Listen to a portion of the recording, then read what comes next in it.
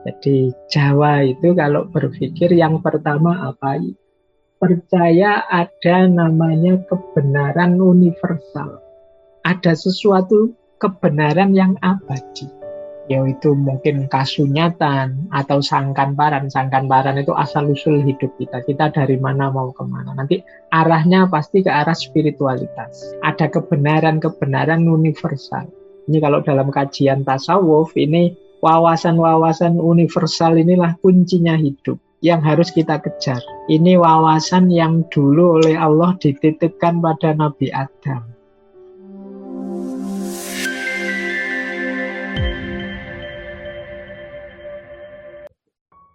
Saya awali dari sini.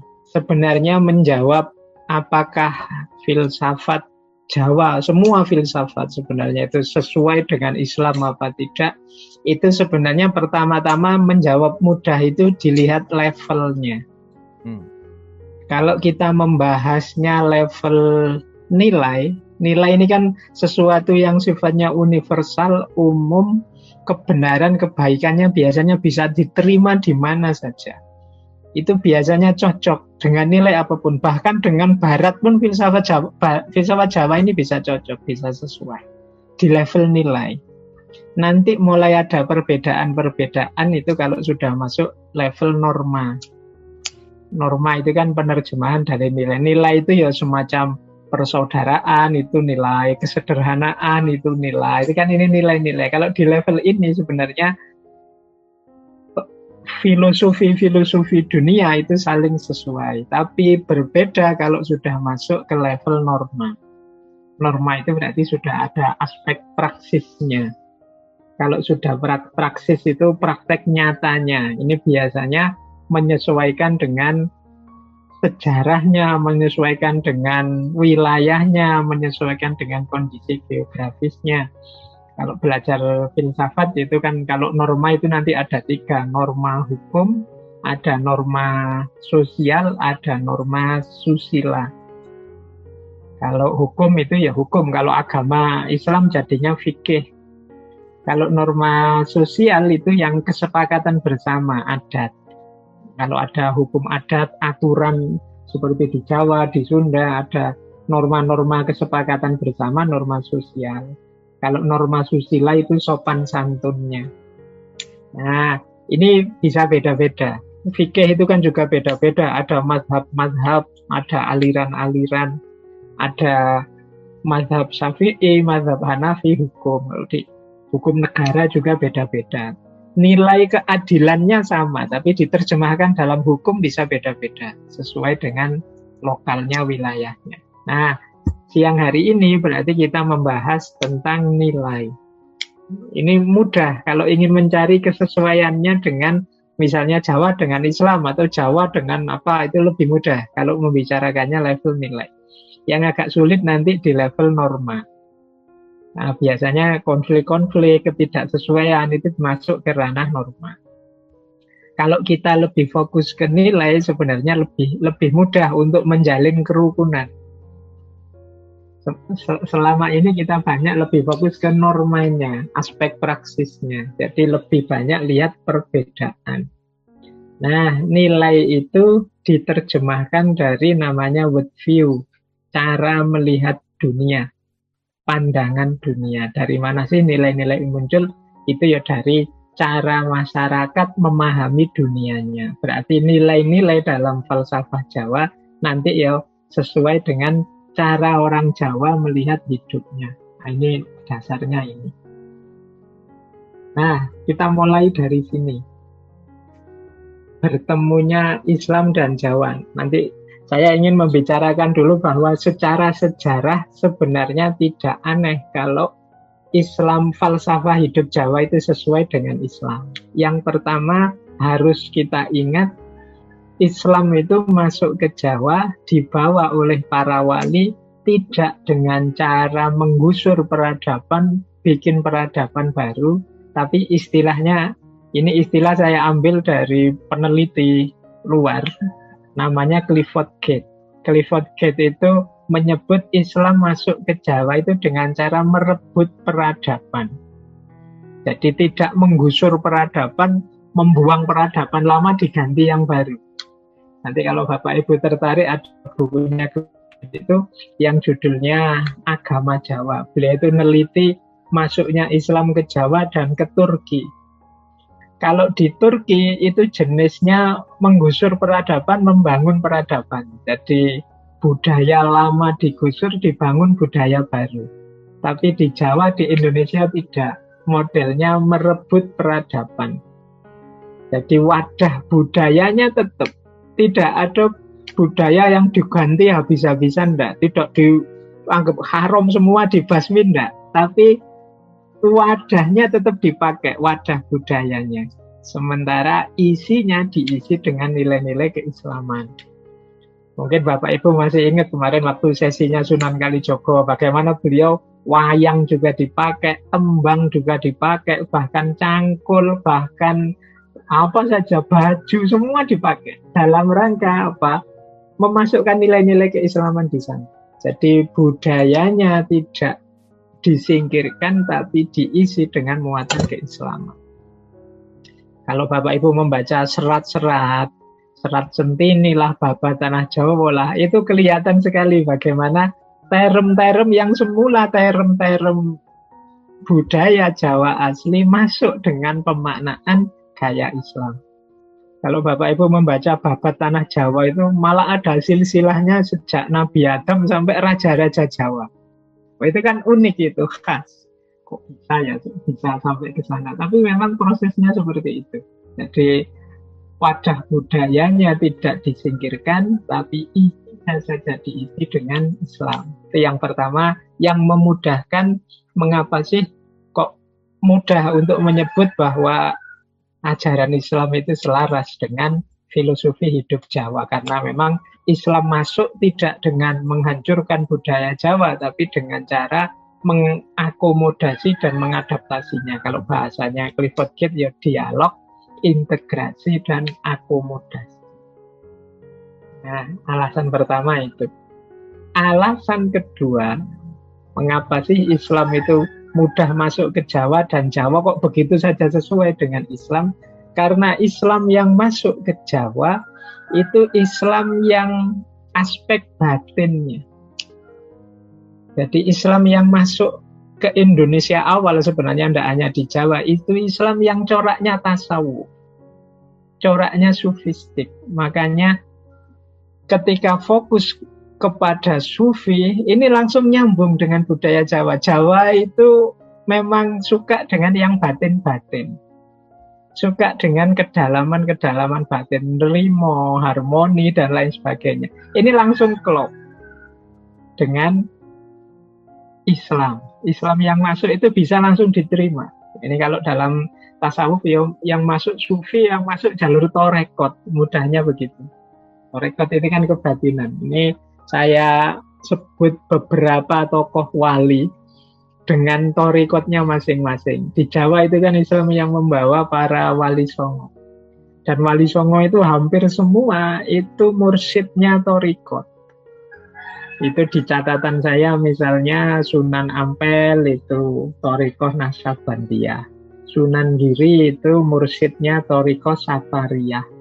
Sunan Gunung Jati yang ada di Cirebon itu torikotnya Kubrowiyah dan Saziliyah. Syekh Siti Jenar dulu kita di Dialog Positif ada torikotnya Akmaliyah.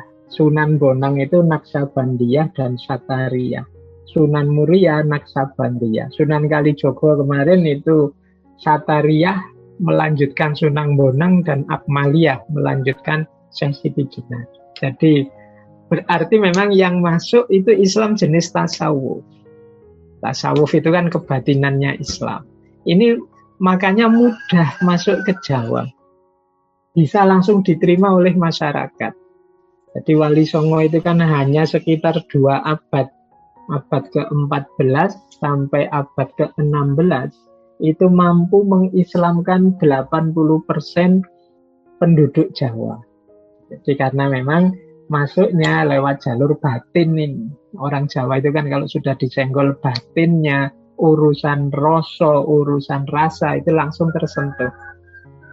Nah, jadi alasannya mengapa sih kok kompatibel antara Islam dan Jawa itu karena memang soul-nya, kalau anak hari ini menyebut itu, passion-nya itu sama, ada di aspek kebatinannya. Nah, jadi bertemunya Islam dan Jawa ini nanti memudahkan kita memahami. Nah, kita awali sekarang dari yang tadi. Tadi saya bilang, kita membahas nilai-nilai filosofis Jawa yang itu diawali dari world view, pandangan dunianya masyarakat Jawa. Orang Jawa itu melihat dunia itu seperti apa sih? Nah, ini 7 world view-nya orang Jawa. Ini yang jadi karakter Jawa.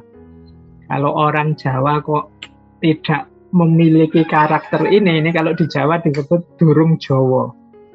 Durung Jawa itu belum Jawa berarti, atau Jawanya masih belum sepenuhnya, ya masih tidak asli. Jadi Jawa yang asli itu view-nya seperti ini. Pandangan dunianya cirinya 7 ini. Yang pertama, ketuhanan.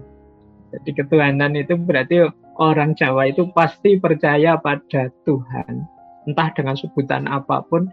Bahkan sejak lama, bahkan sebelum masuknya Hindu, Buddha, zaman kita menyebut zaman pra-modern awal itu ya sudah ada kepercayaan pada agama. Orang Jawa kuno itu punya agama namanya Kapitayan. Kapitayan itu punya banyak sekali tinggalan-tinggalan kalau di Jawa.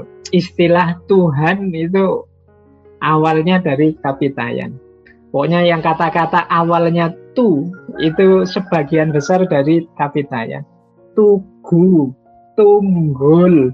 Kalau manusia cerdas itu tutuk dan seterusnya. Ini dari tradisi Kapitayan. Itu ada unsur ilahiyahnya berarti. Nah, ini jadi orang Jawa itu pasti bertuhan. Dan tidak hanya bertuhan, berketuhanan. Berketuhanan itu sangat mengedepankan perilaku religius.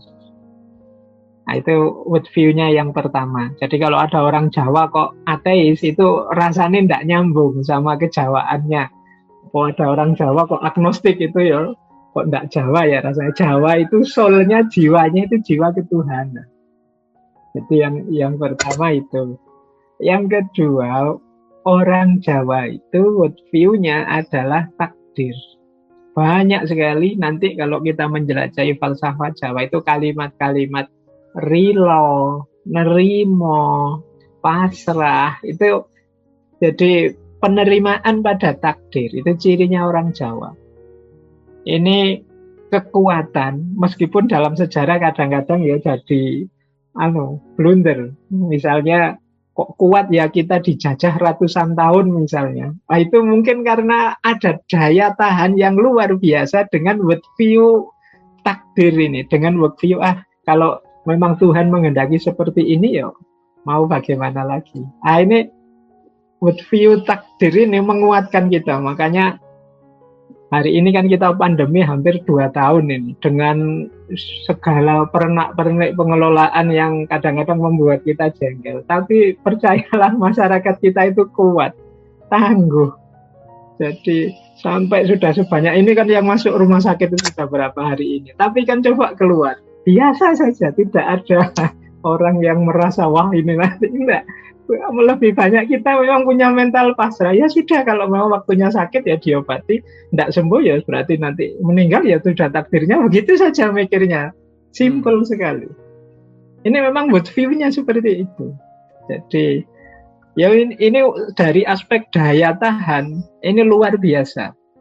Meskipun nanti kalau pakai logikanya orang barat dari aspek progres, jadi tidak terlalu signifikan, tidak terlalu kayak orang barat itu kan perkembangan yang cepat, pesat, itu kan yang dihitung. Tapi dari aspek daya tahan menghadapi situasi kita lebih kuat. Karena apa? Punya worldview takdir ini. Jadi hidup yang berat itu kan susah ditahan. Itu kan kalau kita merasa hidup ini harus diubah, diperjuangkan terus-menerus. Kalau situasi terjadi kita tidak terima, harus diolah. Itu biasanya berat. Tapi enteng kalau kita bisa, ya sudah, memang sudah waktunya kok, wis wayahe, memang sudah situasinya begini, mau gimana lagi, harus kita terima. Ini with view Jawa ada kekuatan di situ. Oke. Itu with view yang kedua. Makanya di antara cirinya orang Jawa itu tidak suka kompetisi. Jadi kompetisi yang berlomba-lomba biar jadi yang nomor satu yang itu enggak. Karena saya enggak tahu, ini mungkin pengaruh apa ya. Ada yang bilang ini pengaruh mental agraris. Agraris itu petani.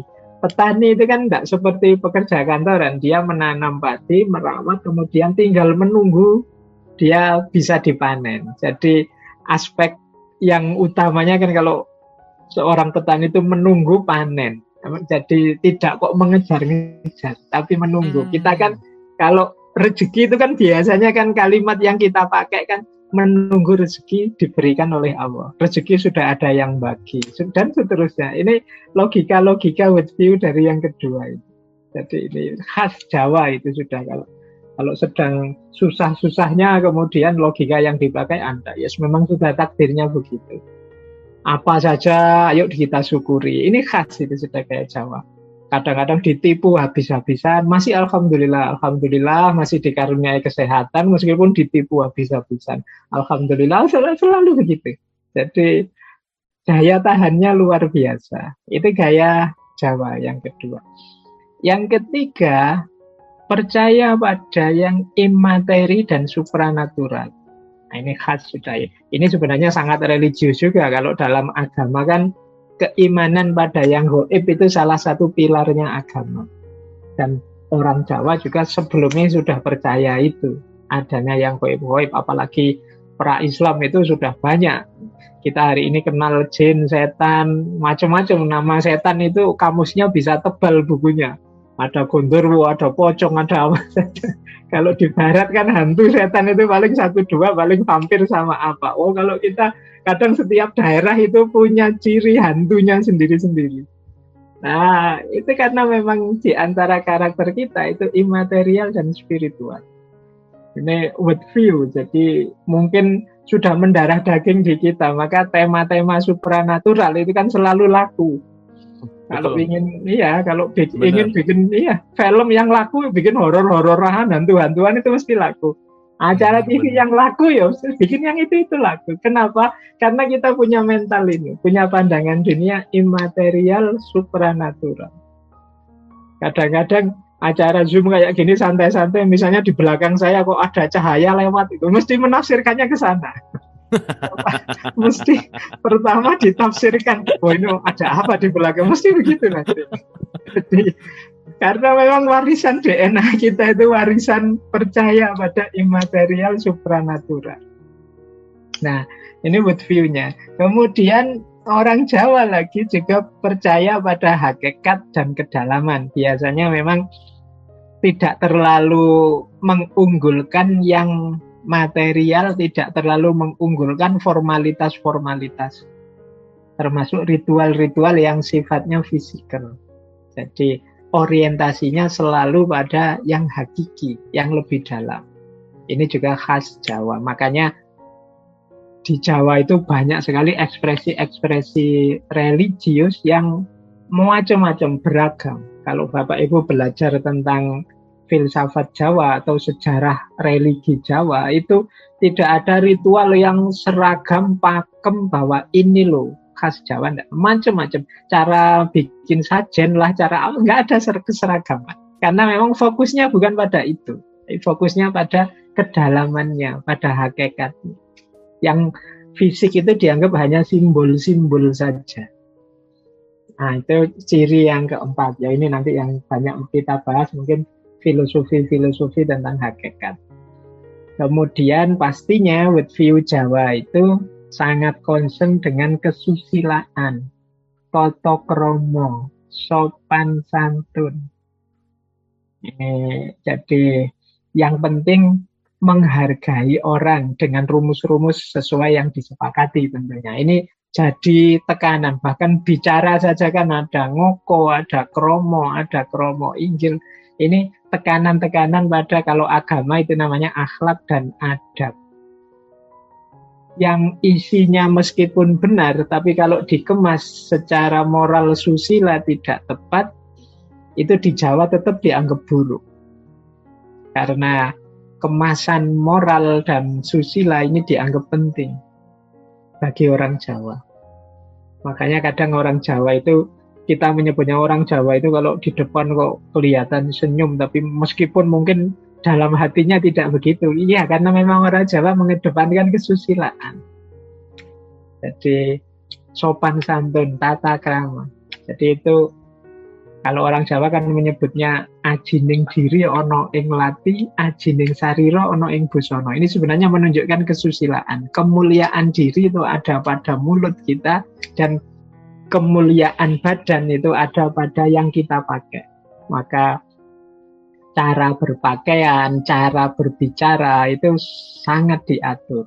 Karena memang world view-nya ke sana. Kemudian kebersamaan.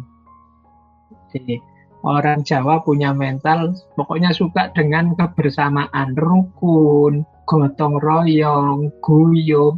Makanya orang Jawa punya pepatah, mangan ora mangan, ngumpul. Jadi meskipun makan atau tidak makan, yang penting kita kumpul. Jadi kesulitan apapun tidak masalah, yang penting kita bareng-bareng ngumpul. Jadi guyub, gotong royong.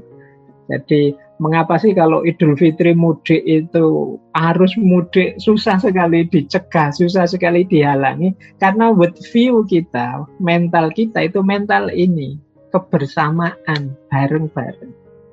Meskipun sudah ala lewat WA, lewat Zoom aja kan cukup, belum cukup bagi orang Jawa. Harus ketemu langsung, salaman, dan seterusnya. Ini kebersamaan. Memang DNA-nya begitu, world view-nya sejak nenek moyang begitu. Kebersamaan itu penting. Makanya Jawa ini kan jadi penuh sekali penduduknya, overpopulasi, karena mungkin tidak ada mental petualang yang menjelajah kemana-mana. Karena keluar daerah itu berat. Mengapa? Karena sejak awal logikanya memang kebersamaan. Saya itu di Jogja sudah puluhan tahun, tapi setiap kali pulang tetap ditanya, kapan balik lagi? Saya aslinya kan Mojokerto, Jawa Timur. Kapan balik lagi ke Mojokerto? Kok iyo kerasan banget di Jogja? Karena memang logikanya logika harus hadir, harus bareng-bareng. Jadi ini sudah world view-nya, sudah begitu. Dan yang terakhir pasti simbolisme itu. Kalau bahasa Jawanya, orang Jawa itu tempatnya pasemon. Pasemon itu sindiran, kiasan. Apa-apa ada simbol. Ada banyak, kalau ini sudah kapan-kapan kita bahas khusus simbolisme dalam budaya Jawa ini. Luas sekali, apa saja ada maknanya. Kata-kata disingkat-singkat. Dulu waktu di dialog positif pas Sunan Kalijogo itu bahkan cangkul juga jadi simbol, bajak juga jadi simbol, ada maknanya, baju juga ada maknanya, cara berjalan itu juga dimaknai. Orang Jawa bahkan punya namanya ilmu titen. Ilmu titen itu segala gejala alam itu tidak hanya dilihat hanya sebagai fenomena, tapi dia ada maknanya, dia menyimbolkan sesuatu. Kalau situasi seperti ini maknanya apa? Situasi seperti itu maknanya apa?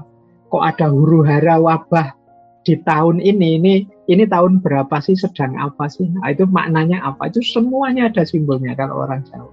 Bahkan kita kayak mata kita kayak kedutan itu, kayak yang tiba-tiba bergetar mata kiri apa mata kanan, itu ada maknanya.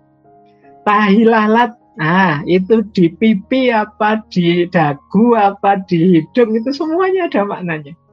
Jadi orang Jawa semua dimaknai, diposisikan sebagai simbolisme. Jadi bahkan kalau membaca primbonnya orang Jawa itu mencari istri, mencari suami, itu dijelaskan detail.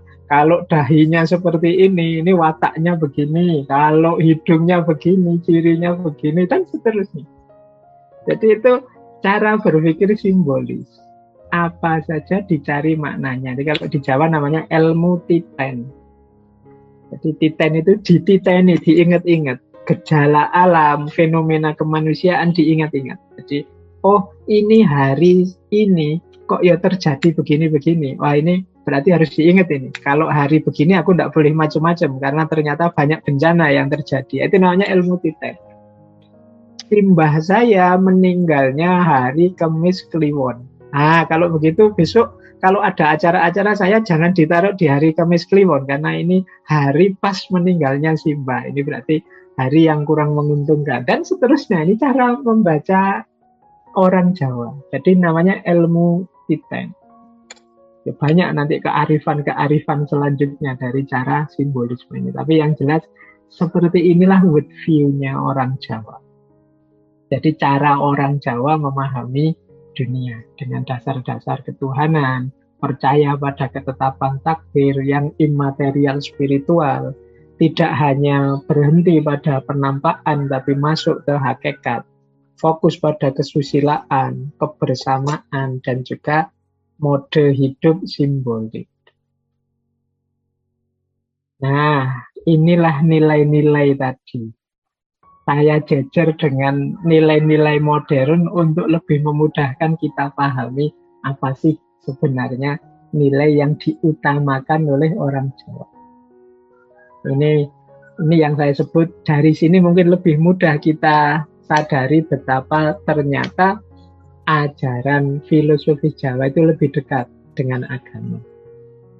Jadi yang pertama, orang Jawa itu memposisikan dirinya sebagai bagian dari alam. Jadi, makanya ada istilah memayu hayuning bawono. Jadi kita ini harus mempercantik alam. Kehadiran kita harus menambah cantiknya alam. Jadi tidak seperti peradaban modern. Kalau peradaban modern kan memposisikan manusia itu di atas alam, yang menguasai alam. Tapi orang Jawa punya nilai kita harus menyesuaikan diri dengan alam. Alam bagi orang Jawa itu masuk sakral. Jadi makanya Bapak Ibu jangan heran, orang Jawa itu apa saja, bahkan binatang, bahkan tumbuhan, itu bisa dikasih gelar kiai. Di Solo itu kebo bisa kiai, keris bisa kiai.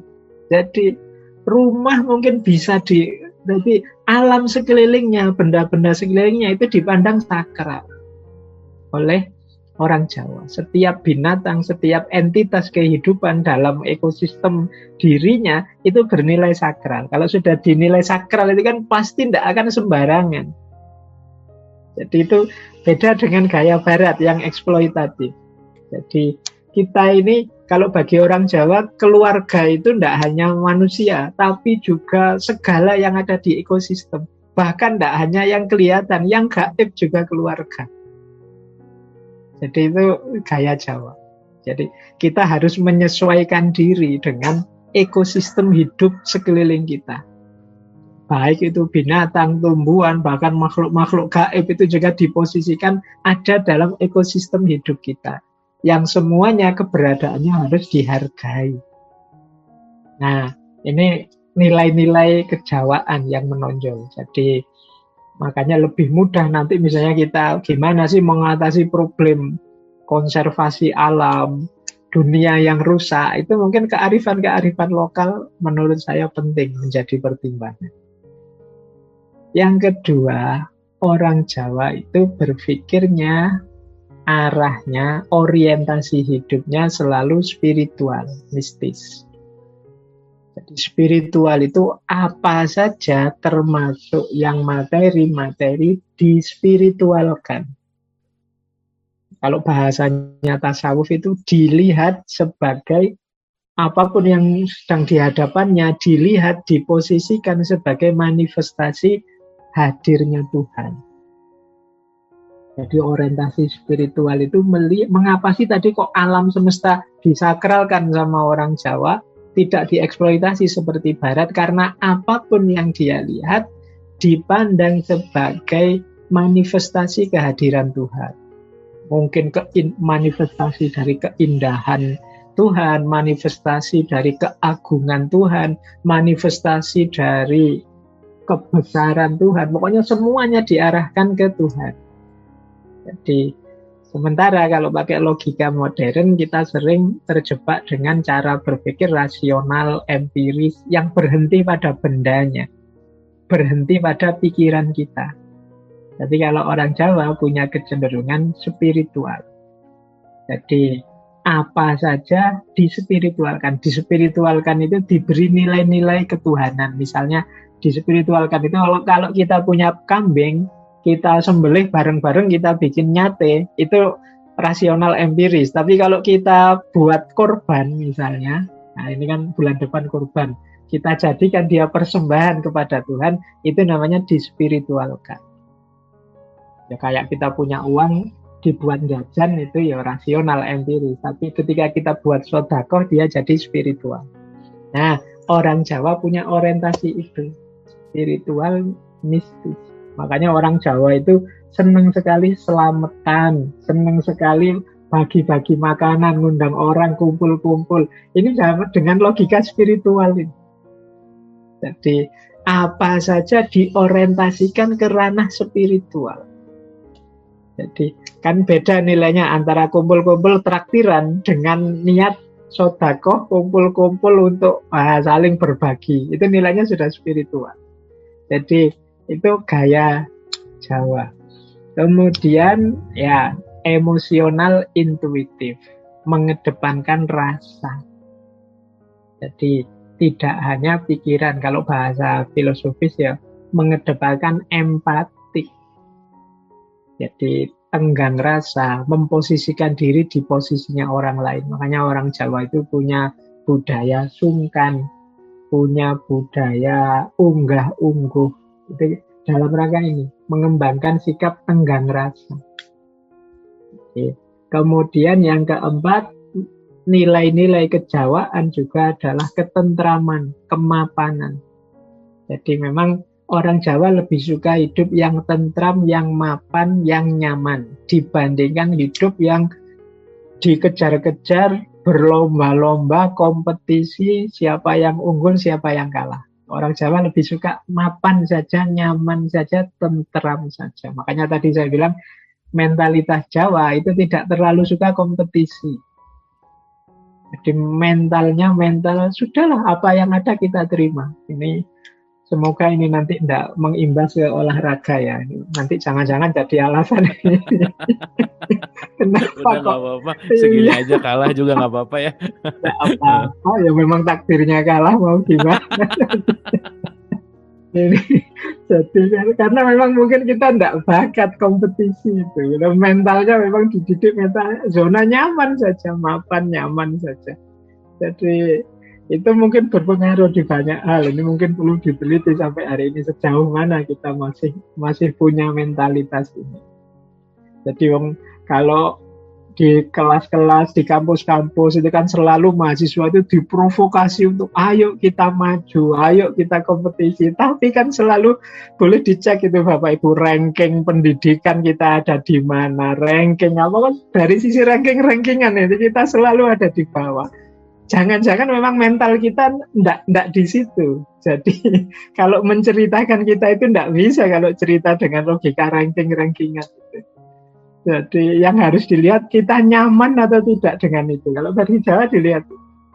Jadi tidak pinter juga tidak apa-apa, yang penting nyaman, tidak kaya juga tidak apa-apa, yang penting senang, bahagia. Kan selalu begitu cara berpikir. Nah, jadi itu mungkin antara lain karakternya. Dan orang Jawa itu cenderung melihat segala sesuatu secara holistik, utuh, tidak parsial. Dan puitis, simbolik tadi kan kecenderungannya terus jadi puitis. Lagu-lagu lah, ada makna-makna lebih romantik.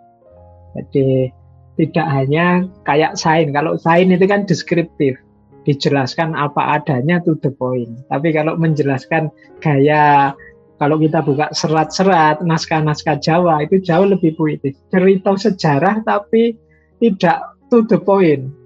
Untuk bilang bahwa Mojopahit berdiri tahun sekian, itu kalau di buku sejarah ya tinggal disebut. Tapi kalau di babat-babat ada sengkalannya. Jatuh tahun sekian. Sengkalan itu simbol-simbol lewat kata-kata untuk menyebut tahun. Lebih puitis. Nah, Jadi lebih utuh melihat realitas, tidak hanya 1, 2 dimensi atau 3 dimensi, tapi segala dimensinya didalami. Makanya alam bagi orang Jawa seperti Islam, ada alam ghaib, ada alam nyata, alam ghaib atau alam syahadah. Kalau di dunia modern lebih melihat parsial. Kayak sains itu kan hanya melihat aspek empiris rasionalnya. Yang penting ada faktanya dan masuk akal, ya berarti itu sudah benar. Kan hanya itu kalau orang modern. Bahkan kalau orang modern lebih sempit ilmu kita, dianggap lebih qualified, lebih mendalam. Bapak Ibu kan kalau kuliah itu kan semakin spesialis kan semakin mahal bayarannya. Beda dengan kalau kita di ilmu-ilmu timur itu tidak ada, harusnya semakin luas wawasannya. Tapi kita kan misalnya kedokteran itu, kedokteran umum dengan kedokteran gigi kan lebih spesifik, biasanya ya bayarannya lebih mahal yang spesifik ini. Spesialis mata, spesialis gigi itu lebih mahal daripada yang umum. Jadi kalau dokter ngerti ilmu apa saja itu ya dianggap tidak qualified. Yang qualified itu yang mendalam di satu bidang saja. Ini berbeda dengan zaman dulu di timur termasuk di Jawa. Orang itu disebut pujangga, disebut begawan, itu ngerti macam-macam. Makanya zaman dulu di pedesaan-pedesaan Jawa orang itu kalau jadi kiai tidak cukup hanya ngerti ilmu agama. Karena masyarakat itu akan tanya apa saja tentang segala hal dalam hidupnya pada beliau ini. Mungkin kapan harus menanam padi, menikahnya kapan, kalau sakit minta obat ya ke kiai, kalau apa saja anunya ke situ. Jadi dituntut menguasai banyak hal, baik yang nyata maupun yang gaib. Karena memang ada asumsi orang itu kalau pinter ya wawasannya holistik, luas, tidak spesifik atau spesial. Itu gaya Jawa dan gaya modern. Ini nilai-nilai yang dihidupkan oleh orang Jawa. Nah, kalau ini logika wadah dan isi. Logika wadah dan isi itu orang Jawa itu persis seperti kajian dalam tasawuf, melihat sesuatu itu ada lahirnya, ada batinnya. Itu logika wadah dan isi. Misalnya, alam semesta ini. Alam semesta ini yang kita lihat itu hakikatnya hanya wadah. Isinya apa? Tuhan. Berarti apa? Jangan berhenti hanya di wadahnya. Kita harus masuk yang semakin dalam. Yaitu apa? Tuhan. Jadi makanya tadi orang Jawa melihat alam itu tidak berhenti di alam, tapi dia melihat alam itu manifestasi hadirnya Tuhan. Jasmani juga begitu, itu salah nulisnya. Harusnya rohani, bukan Tuhani. Jadi jasmani rohani. Fisik kita, jasad kita itu wadah saja. Hakikat diri kita itu yang rohani.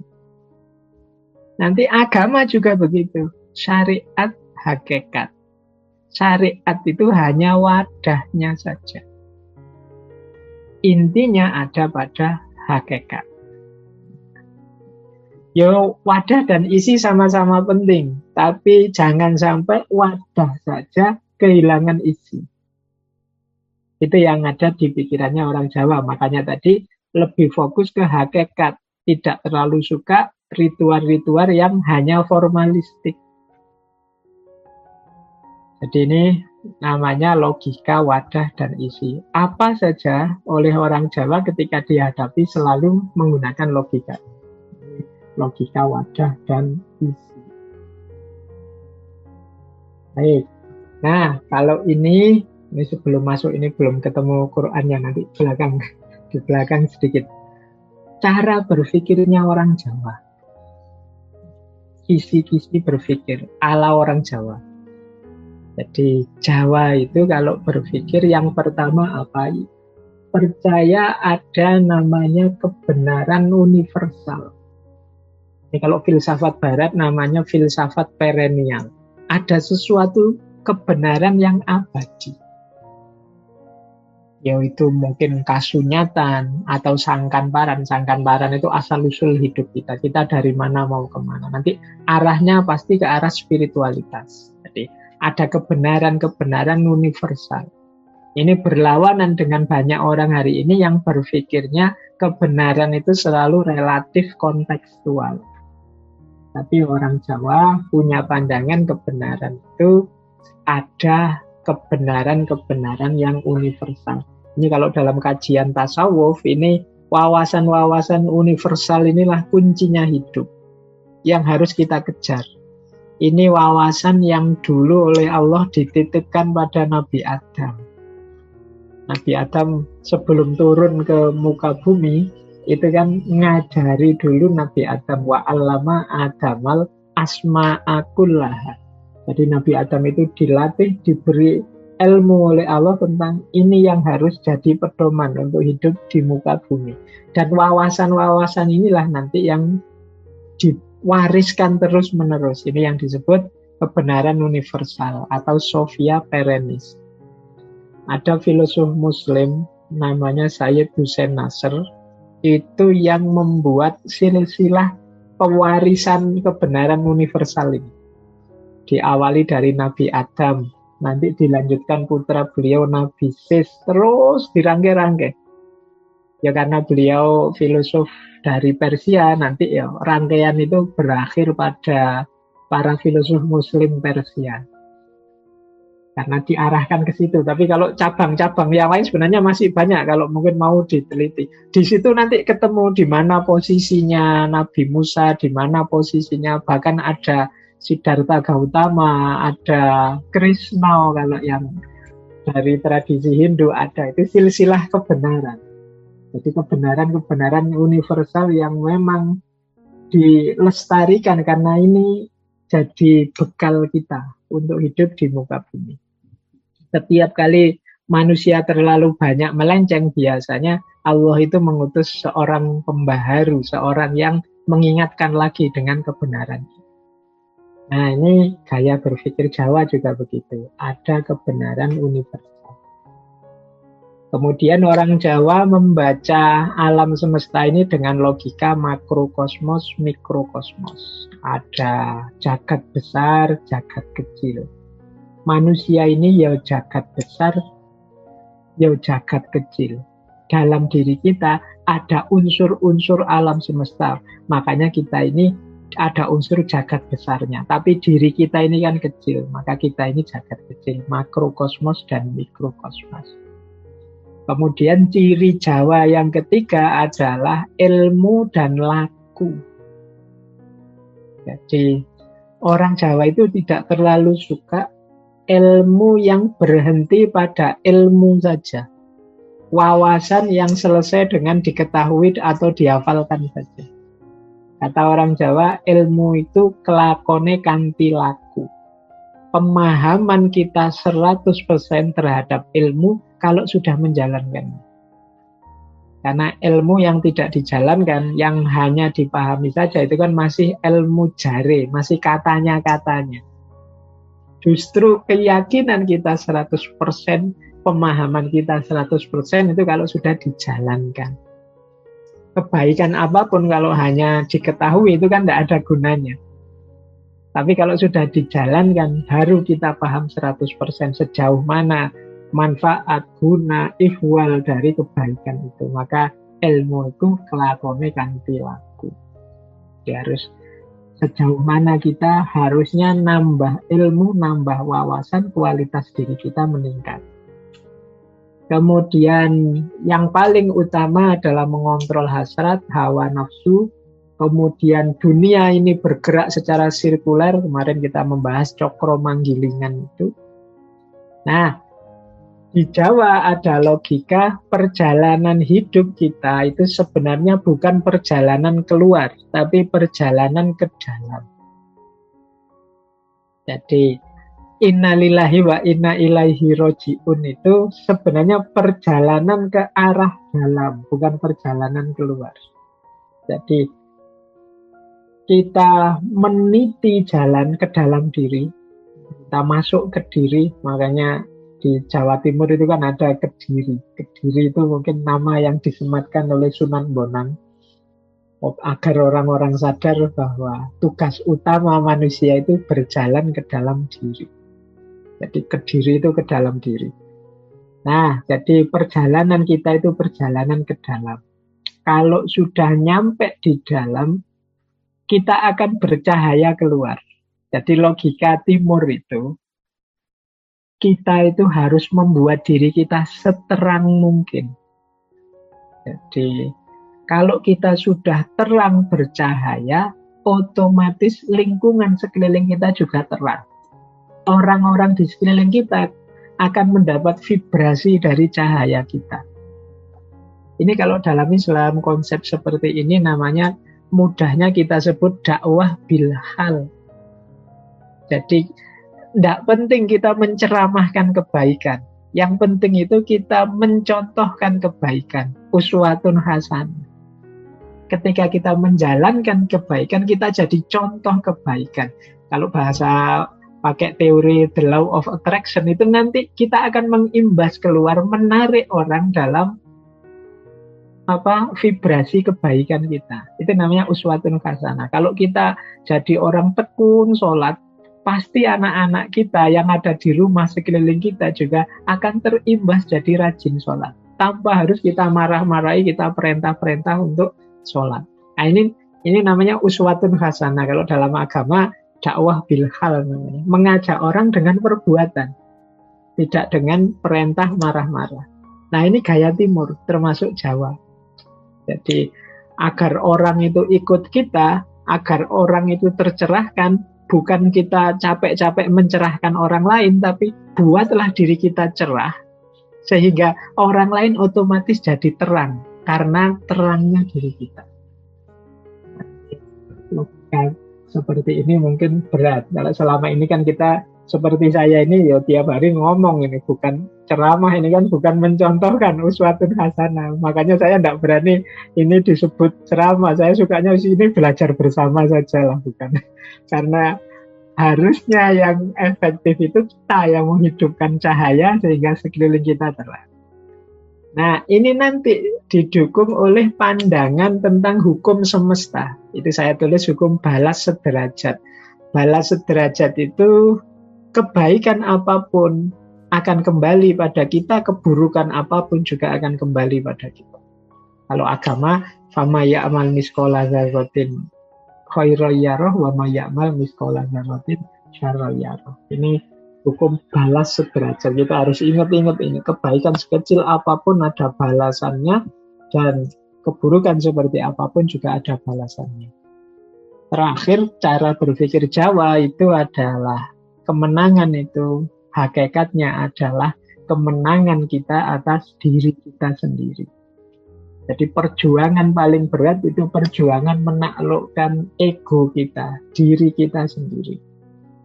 Ini tantangan paling besar yang harus kita tundukkan. Jadi cara berpikir Jawa juga begitu. Orang yang bisa menaklukkan egonya. Jadi tidak hanya nggugu karepe dhewe itu menuruti hasrat, hawa nafsu, keinginannya sendiri, maka dialah orang yang menang, dialah orang yang unggul. Jadi berarti kearifan Jawa berhubungan dengan ini semua. Jadi yang pertama, percaya ada kebenaran yang universal, yang ini jadi pedoman kita dalam hidup di dunia. Yang kedua, menjaga harmoni antara makrokosmos dan mikrokosmos. Yang ketiga, meningkatkan kualitas diri dengan ilmu. Tidak hanya memperoleh pengetahuan, tapi menjalankan pengetahuan. Yang keempat, mengontrol hasrat nafsu. Yang kelima, sadar bahwa segala peristiwa di dunia ini saling terkait, seperti di Cokro Manggilingan. Kemudian perjalanan kita adalah perjalanan ke dalam, bukan perjalanan mencari-cari cahaya keluar, tapi membuat diri kita bercahaya ke dalam. Dan kita harus ingat, hidup ini ada hukum balas sederajat. Kebaikan yang kita lakukan, baik pula yang kita dapatkan. buruk yang kita lakukan, buruk yang kita dapatkan. Kemudian manusia adalah bagian dari alam semesta, bagian dari masyarakat. Dan yang terakhir, kemenangan yang sejati itu kemenangan atas diri kita sendiri. Inilah kisi-kisi pemikiran Jawa. Nah, saya membawakan falsafah-falsafah hidup kunci kalau dalam budaya Jawa. Jadi di catatan saya ada sekitar 6 filosofi hidup. Karena temanya ada Al-Qur'annya, saya sambungkan dengan ayat. Jadi ada di Jawa itu paham manunggaling kawula Gusti, ada paham sangkan paraning dumadi, ada paham memayu hayuning bawono, ada paham cokro manggilingan yang kemarin kita bahas, ada paham sastro jendro hayuningrat, ada filosofi topo dan tirakat. Jadi yang manunggaling kawula Gusti itu mudahnya adalah menyatukan keinginan kita dengan keinginannya Allah. Orang itu disebut manunggal dengan Gustinya kalau keinginannya ya itulah keinginannya Tuhan. Mudahnya begini, misalnya kita sholat. Kita sholat itu kalau masih merasa ini perintahnya Allah yang harus saya jalankan, ini levelnya masih janjane keinginan kita masih belum selaras dengan keinginannya Allah, cuma karena kita diwajibkan kita jalankan. Rasanya agak berat. Tapi kalau sudah aku juga ingin itu, sholat itu. Sholat itu juga kepentinganku, juga kebutuhanku. Meskipun tidak diwajibkan, aku juga akan sholat. Ini berarti keinginannya Allah dan keinginan kita sudah selaras. Jadi orang yang keinginannya dan keinginan Tuhan menyatu selaras, itu nanti yang di Jawa disebut manunggaling kawula Gusti. Jadi kalau dalam agama itu mungkin ini level yang disebut ikhlas atau level cinta ilahiyah. Kalau orang sudah cinta itu kan sudah aku sudah tidak ada, yang ada hanya engkau. Jadi ini yang disebut manunggal antara kawula dan Gusti. Jadi tidak harus jelimet, rumit. Kan kadang-kadang kita menjelaskan tema manunggaling kawula Gusti ini kan seolah-olah terus diri kita yang jasad ini bersatu dengan Allah. Wah itu musyrik dong, itu enggak ke situ sebenarnya arah. Jadi, manunggal kawula Gusti itu bersatunya keinginan Allah dengan keinginan hamba. Dan itu kalau bersatu pasti yang menang keinginannya hamba. Berarti yang kita inginkan itu persis sama dengan yang diinginkan oleh Allah.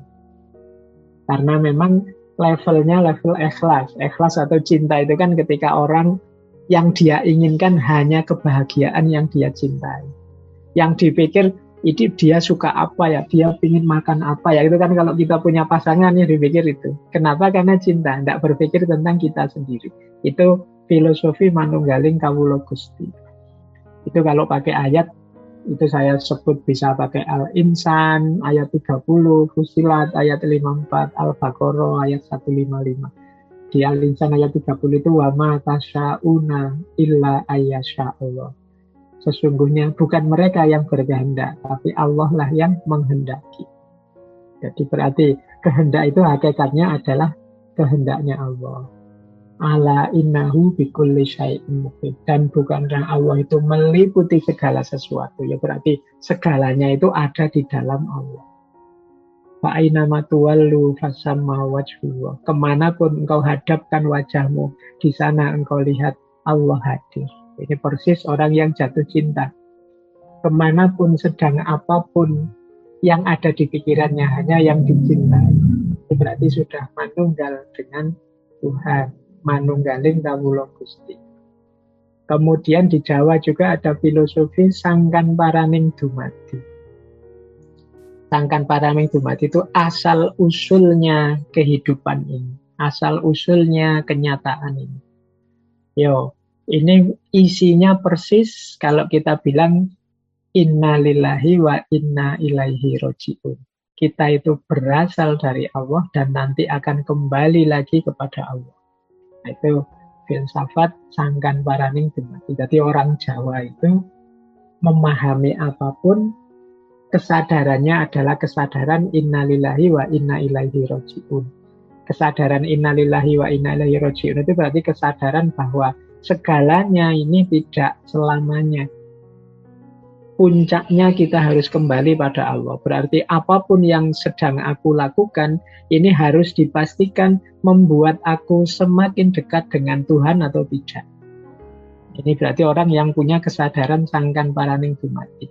Kita belajar, kita makan, kita minum, kita jalan-jalan dengan kesadaran innalillahi wa inna ilaihi roji'un, ini berarti kita pastikan semua yang kita lakukan tadi membuat kita lebih dekat dengan Allah.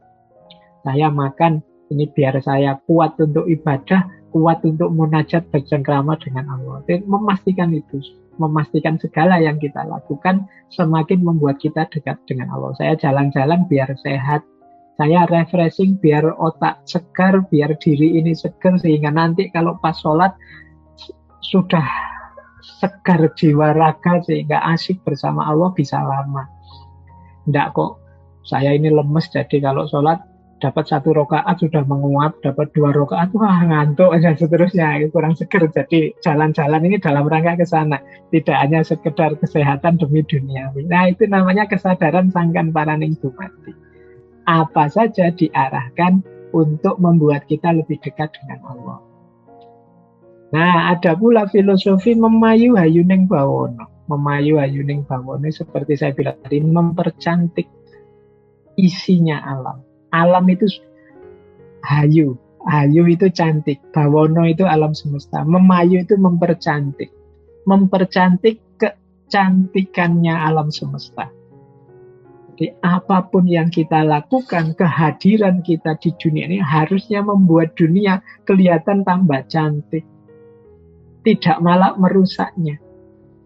Ini ayatnya banyak. Di situ saya sebut, misalnya Al-Quran melarang kita merusak. Wala tufsidu fil ardi ba'da islahiha. Jangan engkau merusak bumi setelah Allah memperbaikinya. Zuharul fasadu fil barri wal bahri bima kasabat aydin nas. Banyak sekali muncul kerusakan di bumi dan di laut karena perbuatan manusia. Berarti memayu hayuning bawono itu perintah agama. Kita jangan merusak dunia. Kehadiran kita harusnya menambah cantiknya dunia. Karena kita ini manusia yang paling diistimewakan oleh Allah, diberi akal budi. Jangan sampai malah sebaliknya. Adanya kita dunia tambah rusak. Meskipun dulu diramalkan para malaikat juga begitu. Tapi itu kan ujian sebenarnya bagi manusia. Kita jangan begitulah. Kita punya amanat sebagai khalifahnya. Itu memayu hayuning bawono. Kalau ini cokro manggilingan. Kemarin kita bahas panjang lebar ini. Bagaimana hidup ini silih berganti. Wa annahu huwa adhaka wa abka. Dan sesungguhnya hidup ini adhaka wa adha. Adhaka itu ada tertawanya, wa abka itu ada menangisnya. Ya hidup itu ya kadang menangis, kadang tertawa. Ada kesusahan, pasti ada kesulitan. Ini kan ayat sering kita baca. Fa inna ma'al usri yusra, inna ma'al usri yusra. Ini kalau mengikuti ayat ini sebenarnya setiap ada satu kesulitan, di situ ada 2 kemudahan. Karena yusronya diulangi 2 kali. Jadi kasih sayangnya Allah pada manusia, asal kita tidak malas. Problem apapun itu yang dibebankan oleh Allah pada kita, pasti ada solusinya. Bahkan dari banyak jalan, tidak hanya satu jalan. Itu sudah ditegaskan, fa inna ma'al usri yusra, ditegaskan lagi inna ma'al usri yusra. Tidak usah khawatir, pasti ada jalan keluarnya. Termasuk pandemi ini. Asal kita tidak males, mau serius. Ada pula filosofi namanya sastro jendro hayuningrat. Kalau ini yang agak dalam. Kalau ini yang wawasan-wawasan kebatinan mendalam. Sastro itu ilmu. Jendro itu Maksudnya milik raja, hayuningrat itu ketentraman, keselamatan. Jadi ilmu-ilmu yang jadi wawasannya para raja, yang ini jadi sumber ketentraman dan kedamaian dunia. Ini kalau di Jawa ini jadi bagian dari ceritanya wayang. Ini wawasannya sangat rahasia, tidak boleh sembarangan orang diajari. Sebenarnya ilmu-ilmu tentang kasunyatan, rahasia hidup. Mempelajarinya tidak boleh sambil lalu. Kalau sambil lalu bisa keliru-keliru. Nah ini kalau di Jawa biasanya diajarkan pada orang-orang yang level kajiannya sudah mendalam, sudah ngerti peta-peta berpikirnya, tidak langsung dijujuk ke sini. Itu kalau ditandingkan ayat, wawasan-wawasan kedalaman ini ya bisa kayak surat Al-An'am ayat 59. Wa indahu mafatihul ghaibi la ya'lamuha illa huwa. Dan milik Allah lah kunci-kunci kegaiban yang tidak ada yang tahu kecuali Dia. Wa ya'lamu ma fil barri wal bahri, dan Allah yang tahu apa yang ada di darat dan di laut. Wa ma tasqutu min waraqatin illa ya'lamuha, dan kalau ada sehelai daun jatuh Allah tahu. Wala habbatin fi zulumatil ardi, dan kalau ada satu biji yang tumbuh di kegelapan bumi, wala robbin wala yabisin, dan biji kurma dan kekeringan, illa fi kitabim mubin, semuanya ada dalam tulisannya Allah. Ini maksudnya menunjukkan segala sesuatu itu ada makna, ada hikmah, ada rahasianya. Hanya orang-orang tertentu yang bisa menjelaskan ini. Makanya disebut sastra jendro. Sastra itu ilmu miliknya orang-orang tertentu, orang-orang khusus yang menguasai kayak raja. Makanya disebut jendro. Jendro itu artinya milik raja. Hayuningrat. Hayuningrat itu untuk memperindah alam semesta. Biasanya digandeng dengan kalimat pangruwating diyu, untuk menyingkirkan segala kemalangan dalam hidup. Dan yang terakhir, filosofi hidup Jawa yang terkenal juga tentang topo dan tirakat. Topo dan tirakat itu kemauan kita untuk sebentar melakukan refleksi, menjauh dari keramaian, kenikmatan, demi kenikmatan yang lebih besar, peningkatan hidup yang lebih tinggi yang akan datang. Itu namanya topo dan tirakat. Kalau bahasa tasawufnya ya kita uzlah dan puasa. Mengapa? Karena kalau kita tidak keluar sebentar, menjauh sebentar, biasanya sulit melihat yang benar, yang salah. Sesuatu itu kan kelihatan jelas kalau kita mengambil jarak. Kalau terlalu dekat, tidak akan kelihatan. Laptop kita ini, kalau Bapak Ibu di depan laptop, itu kalau antara wajah dengan laptop nempel kan malah tidak kelihatan apa-apa. Meskipun sinyalnya lancar, tapi baru kelihatan kalau kita mengambil jarak. Maka baik buruknya hidup kita, baik buruknya dunia ini, peristiwa-peristiwa yang terjadi akan lebih bisa jernih kita lihat dengan sebentar kita mengambil jarak. Itulah topo dan tirakat, menjauhkan diri sebentar. Makanya itu kalau pakai ayat saya setarakan dengan surat Al-An'am dan Shot. Surat Al-An'am itu yang ayat 116 menyarankan kita menjauh sebentar dari keramaian. Wa in tuti aktsara man fil ardi yudilluka an sabilillah. Kalau engkau mengikuti terus sebagian besar orang di muka bumi, maka mereka akan menyesatkanmu dari jalan Allah.